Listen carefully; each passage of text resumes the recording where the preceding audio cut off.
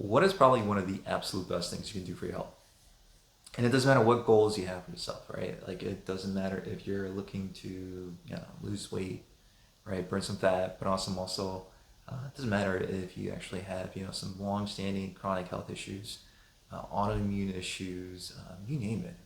What is one of the absolute best things you can do for your health that pretty much can make all those other different things so much easier and so much more effective? Guys, I'm Tom, for those of you who don't know. I founded my company, NeuroArkitect, really with the sole purpose of whole body, mind, life optimization.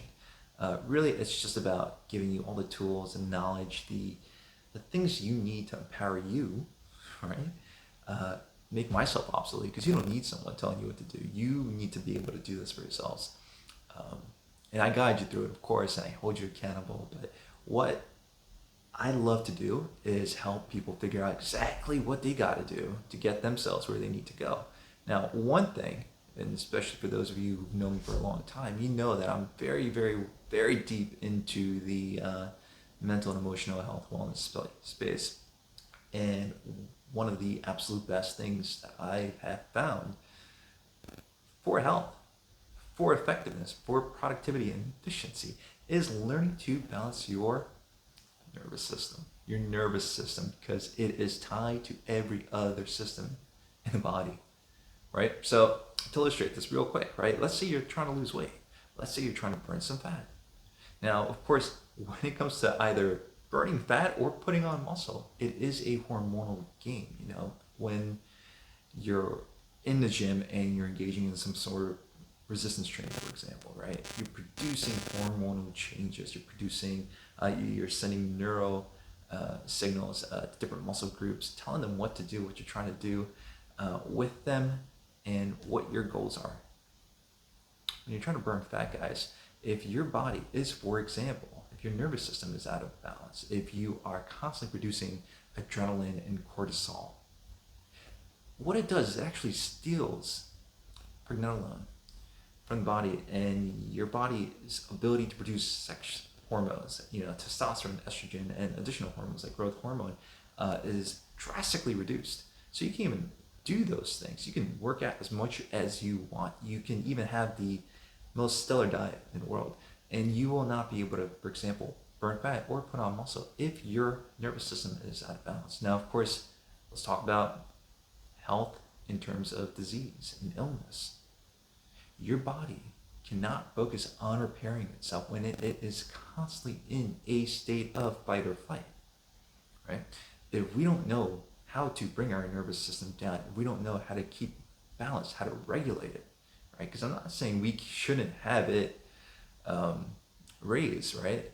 An activated nervous system, when you're stimulated and activated, is a good thing, depending on what you're doing and what the intention behind that is. But if you are constantly stuck on high alert all the time, you are draining your body's ability. You are pulling out all of those resources that could be going into healing the body.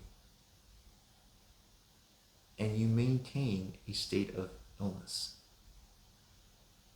Now, supposing that you just want to be better at work, better at school, you just want to optimize your performance, you want to be more effective, more efficient. Well, looking at the brain, you want to be able to focus when you need to focus. You need to be able to be calm and centered when you want to be calm and centered, right? You want to be able to activate the sympathetic nervous system and then activate the parasympathetic nervous system, depending on where you are and what you're trying to do. But if we're constantly anxious and if we're constantly on high alert and we don't know how to downregulate or how to tell the body, the mind, the nervous system, hey, we're safe, we're good, you're going to see an excessive amount of activity in the brain, and those resources are just scattered, drastically reducing your ability to, for example, engage your frontal lobes, which allow you to focus, to pay attention, to control your impulses, to engage in higher executive thinking, to make decisions, right? It reduces the ability of your right and left brain to sync up, to connect, to converse. So we become very myopic, right? Because our field of vision gets narrow, and it stays narrow. We can't see the bigger picture, and we can't connect the dots. And in a very real physical way, our field of vision narrows, which, by the way, is one of the best things we can do to help the nervous system calm down, to regulate. Allow your eyes to engage in peripheral gaze, right? Where you're not so focused on what's in front of you, but you actually allow yourselves to see the top, the bottom, and the sides of the room, or even better, go outside and do that, because then you have all the added benefits of actually engaging in a natural scene. Panoramic view, right? It actually allows the nervous system to calm down just by doing that one thing alone, and doing that for a few minutes. You're engaging in the peripheral gaze, looking out into the distance. It calms the nervous system down. So that's just one cool little hack for you. Courtesy, of course, of Andrew Huberman, who runs and operates Huberman Labs, and has a phenomenal podcast out. This guy, PhD in Stanford, he's a professor there. Insanely smart man. Great podcast. I highly encourage you to listen to it. But I'm going to leave you guys with that. Balancing your nervous system, learning how to downregulate as well as upregulate. Because sometimes with breath work and different things like that, you can also activate the sympathetic nervous system, which does allow certain things to occur on a hormonal and just biochemical level altogether. So I'm going to leave you guys with that. Fun little hack for you. Wishing you an amazing day, and until next time, peace.